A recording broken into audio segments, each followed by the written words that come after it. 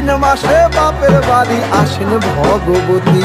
আশ্বিন মাসে বাপের বাড়ি আসেন ভগবতী। বলো গৌরী এলো দেখে জালো, গৌরী এলো দেখে জালো, গৌরী এলো দেখে জালো, গৌরী এলো দেখে জালো। ভবের ভবানী আমার ভবন করিল আলো, গৌরী এলো দেখে জালো, গৌরী এলো দেখে জালো।